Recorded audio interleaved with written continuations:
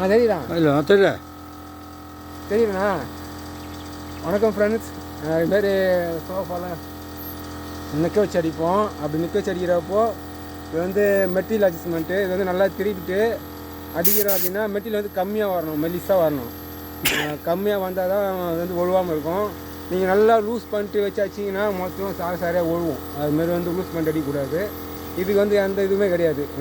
Full work வந்து இதை வந்து தான் ஃபுல் டைட் பண்ணிடுங்க. மெட்டீரியல் வந்து ரொம்ப ரொம்ப லைட்டாக வரணும். அடிக்கிறப்போ பாருங்கள், இது அடிக்கிறப்போ சும்மா லைட்டாக தான் போய் மெட்டீரியல் உட்காரணும். கன் இது அடிக்கிறப்போ மெட்டீரியல் புகை பண்ண மாதிரி கூட படக்கூடாது.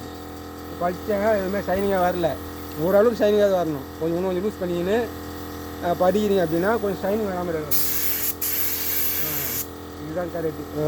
ஓரளவுக்கு ஷைனிங் வரணும். அதே நேரத்தில் மெட்டீரியல் வந்து மொத்தமாக போய் ஓய்க்கூடாது. ஓயாமல் ஸ்ப்ரே வந்து கரெக்டாக பெயிண்ட் அடிக்கிற மாதிரி அடிக்கணும். பாலிஷ் வந்து நிறைய வச்சா ஷைனிங் வரலாம் கிடையாது. இதுமாரி அடிச்சுட்டு ஃபுல்லாக ஒரு ரவுண்டு இதுமாதிரி ஃபுல்லாக அடிச்சுட்டு இன்னொரு ரவுண்டு அடிக்கலாம். எத்தனை முறை ஒரு 3 ரவுண்டு 4 ரவுண்டு 5 ரவுண்டு கூட அடிக்கலாம். இது மாதிரி இதேமாதிரி 6 விட்டு ஒரு 5 ரவுண்டு அடிக்கலாம். இது வந்து பியூ பாலிஷ் ஒர்க்கு. இது முக்கியமானது இதுதான், அட்ஜஸ்ட்மெண்ட்டு. இந்த அட்ஜஸ்ட்மெண்ட்டுக்காண்டி நீங்கள் நல்லா பண்ணிட்டீங்க அப்படின்னா நல்லா ஒழுவாக அடிக்கலாம்.